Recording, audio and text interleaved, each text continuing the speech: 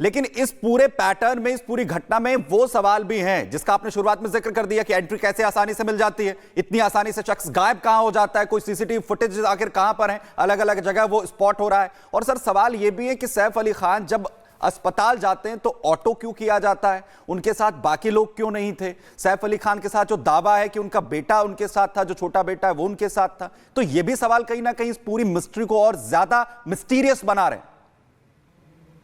मुझे 60 सेकंड दीजिएगा। ये इतने बड़े स्टार के यहां ड्राइवर रात को न रहना, ड्राइवर केवल ड्राइवर चालक नहीं होता है, वो सुरक्षा एपरेटस का एक बहुत महत्वपूर्ण अंग होता है। और मेरा परामर्श होगा ऐसे हाई प्रोफाइल लोगों को 24 घंटे एक ड्राइवर अपने पास जरूर रखें, विशेषकर ऐसा ड्राइवर जिसके पास स्मॉल आर्म्स का लाइसेंस हो।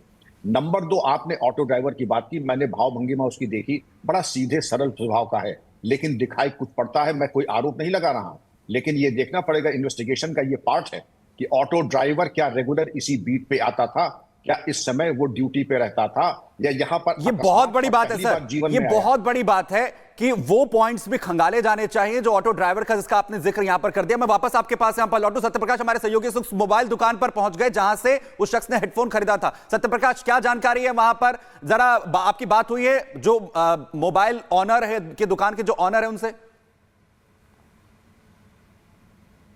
देखिए सुमित, इसी मोबाइल की दुकान पर जो संदिग्ध आरोपी है आया था और यहाँ से ईयरफोन लेकर गया था। मैं तस्वीरें दिखा रहा हूँ इस दुकान का, और इसी दुकान पर आया था। पुलिस कल शाम को आई थी और यहाँ पर जो सीसीटीवी लगे हुए हैं, सीसीटीवी जो कि यहाँ से लेकर गई है और दुकानदार जो है उससे पूछताछ किया है। और इनका कहना है कि जो भी पुलिस ने मांगा उसको हमने दिया है। जो आरोपी है यहाँ पे ग्राहक की तरह यहाँ पे आया और यहाँ पर उसने ईयरफोन लिया। ईयरफोन लेने के बाद यहाँ से निकल गया, किधर गया ये जानकारी नहीं है, लेकिन मुंबई पुलिस की टीम यहाँ पे आई थी और यहाँ से जो है डीवीआर लेके गई है। और डीवीआर लेके गई है, देख रही कि जो संदिग्ध यहाँ पे शख्स आया था, क्या जो सैफ अली खान के घर के अंदर का जो सीसीटीवी आया है कहीं वही शख्स नहीं है।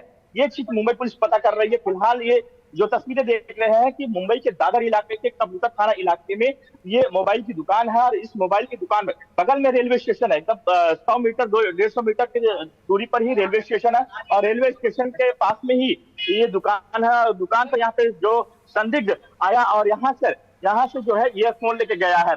फिलहाल मुंबई पुलिस की टीम जांच कर रही है और डीवीआर लेके गई है और ये देख रही है कि जो शख्स यहाँ पे ईयरफोन का खरीदने के लिए आया था वो जो सीसीटीवी सैफ अली खान के घर से मिला है, क्या वही सत्यप्रकाश, इसकी देख रही है। सत्यप्रकाश, कब ये संदिग्ध जो है उस दुकान पर पहुंचा था? पुलिस तक जानकारी कब तक वहां पर पहुंचती है और पुलिस इन्वेस्टिगेशन के लिए कब वहां पर पहुंचती है? जरा टाइमलाइन बताइए।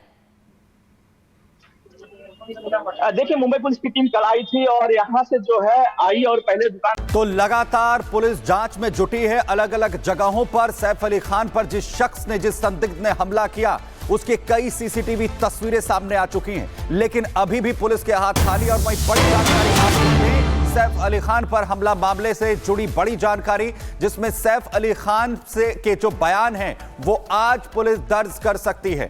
सैफ का बयान मुंबई पुलिस आज दर्ज कर सकती है और अहम कड़ी, क्योंकि सैफ अली खान का बयान इस पूरे मामले में रहेगा। मुंबई पुलिस की 35 से ज्यादा टीमें जुटी हुई हैं लगातार जांच में। पुलिस पूरे मामले में 50 से ज्यादा लोगों से अभी तक पूछताछ कर चुकी है, लेकिन इसके बावजूद भी जो आरोपी है वो पुलिस की पकड़ से बाहर है। हालांकि कई सीसीटीवी फुटेजेस अभी तक सामने आए हैं जिसमें अलग अलग कपड़ों में संदिग्ध को देखा गया है, जिस दौरान उसने सैफ अली खान के अपार्टमेंट में एंट्री की थी, घर में वो घुसा था। उसके घुसने की और बाहर निकलने की तस्वीर भी सामने आ चुकी है। तो सैफ अली खान पर हुए हमले की मिस्ट्री कब सुलझेगी, ये बड़ा सवाल अब तक बना हुआ है। लेकिन पुलिस जैसे जैसे जांच आगे बढ़ा रही है, कई सुराग पुलिस के हाथ लगे हैं। अभी जरा 4 तस्वीरें आपको दिखा रहे। ये पहली तस्वीर उस रात की है जब सबसे पहले जो ये आरोपी है नंगे पैर सैफ अली खान के घर में घुसता है। ये उस रात की तस्वीर है। इसके बाद दूसरी तस्वीर आपको दिखाते हैं। 2:33 की तस्वीर है जब हमले को अंजाम देने के बाद जो ये आरोपी है वो सीढ़ियों के जरिए बाहर उतरता हुआ नजर आता है। अब तीसरी तस्वीर आपको दिखा रहे हैं। ये तीसरी तस्वीर है जब पीली शर्ट में ये आरोपी जो है वो देखा गया है। हुलिया बदलकर बांद्रा में 8 बजे तक हमले वाले दिन वो मौजूद था, लेकिन फिर भी पुलिस इस तक नहीं पहुंच पाई। इसके बाद एक नई तस्वीर सामने आई है। चौथी तस्वीर आपको दिखा रहे हैं जब नीले नीले कलर की शर्ट में ये जो आरोपी है वो देखा गया है। और चारों ही तस्वीरों में एक चीज कॉमन है, वो ये कि इस आरोपी के कंधे पर बैग नजर आ रहा है। हालांकि इस बैग को लेकर भी सवाल कि आखिर आरोपी किस बैग में क्या था, आखिर किस मकसद से सैफ अली खान के घर ये घुसा था। क्या मकसद सिर्फ हमला करना था या फिर चोरी करना?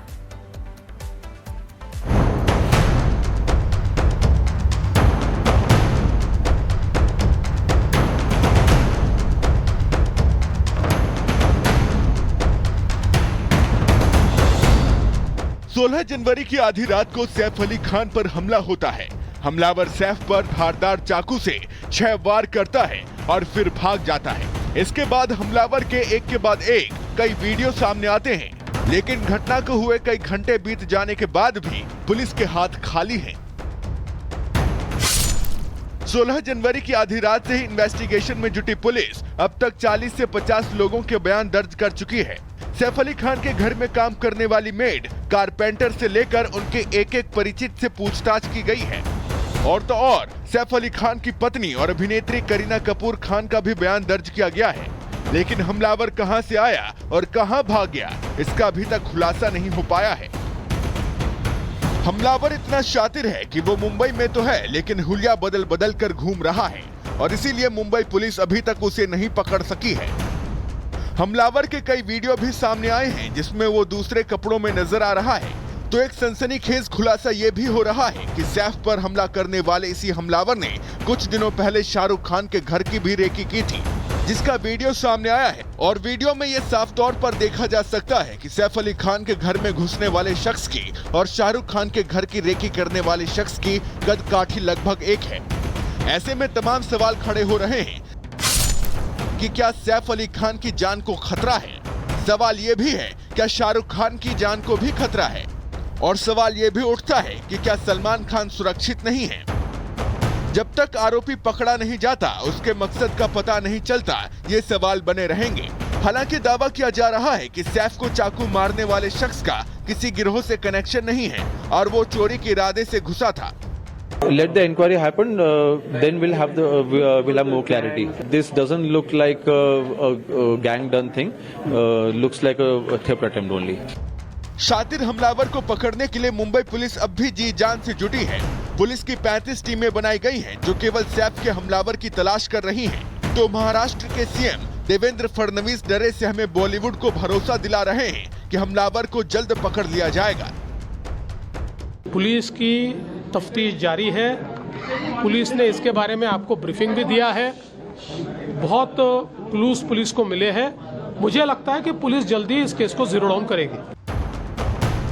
मुंबई पुलिस की जारी इन्वेस्टिगेशन के बीच सबसे राहत भरी बात यह है कि सैफ के लाखों प्रशंसकों और उनके चाहने वालों की प्रार्थना रंग लाई और सैफ पूरी तरह ठीक है। डॉक्टरों ने उन्हें आईसीयू से डिस्चार्ज कर दिया है और अब उनकी सेहत में लगातार सुधार हो रहा है। Bureau report, Republic Bharat. तो अहम सबूत जो है वो सैफ अली खान का बयान इस पूरे घटनाक्रम में रहने वाला है। और वहीं बड़ी जानकारी आपको दें, महाराष्ट्र के डिप्टी सीएम अजीत पवार की तरफ से सैफ अली खान मामले में बड़ा बयान सामने आया है। सैफ पर हमला मामले में अजीत पवार की तरफ से बड़ा बयान यहां पर दिया गया है। जिस तरीके से जांच इस पूरे मामले को लेकर लगातार चल रही है, अजीत पवार ने पूछा है कि क्या संदिग्ध चोरी के इरादे से गया था, क्या संदिग्ध का इरादा कुछ और था। हर एंगल से पुलिस इसकी जांच कर रही है। एकंदरीतच राज्य सरकारमध्ये पुढील काम देवेंद्रजी असतील, आम्ही सगळे असो, काम करताना कुठल्याही भागातली कायदा सुव्यवस्था चांगलीच राहावी याबद्दल सर्वतोपरी आमचा प्रयत्न त्या ठिकाणी चाललेला असतो। आता आज और चलिए हमारे साथ मेहमान जुड़ चुके हैं। विक्रम सिंह पुर डीजीपी उत्तर प्रदेश और मानवी तनेजा अभिनेत्री हमारे साथ जुड़ चुकी हैं। सबसे पहले विक्रम सर, आपके पास आते हुए आपके अनुभव से क्या समझ आ रहा है कि आखिर ये हमले का कारण हो क्या सकता है? जी, अब तक की जितनी जानकारी प्राप्त हुई है उससे यह स्पष्ट है कि यह लूट के इरादे से आया था। धाराएं लूट की नहीं लगी। मेरा परामर्श होगा कि लूट की धाराएं और हत्या का प्रयास, उसकी भी धाराएं जुड़नी चाहिए। यह कोई चोरी का मामला नहीं है। दूसरी चीज, वहां जाके बच्चों के कमरे में जाना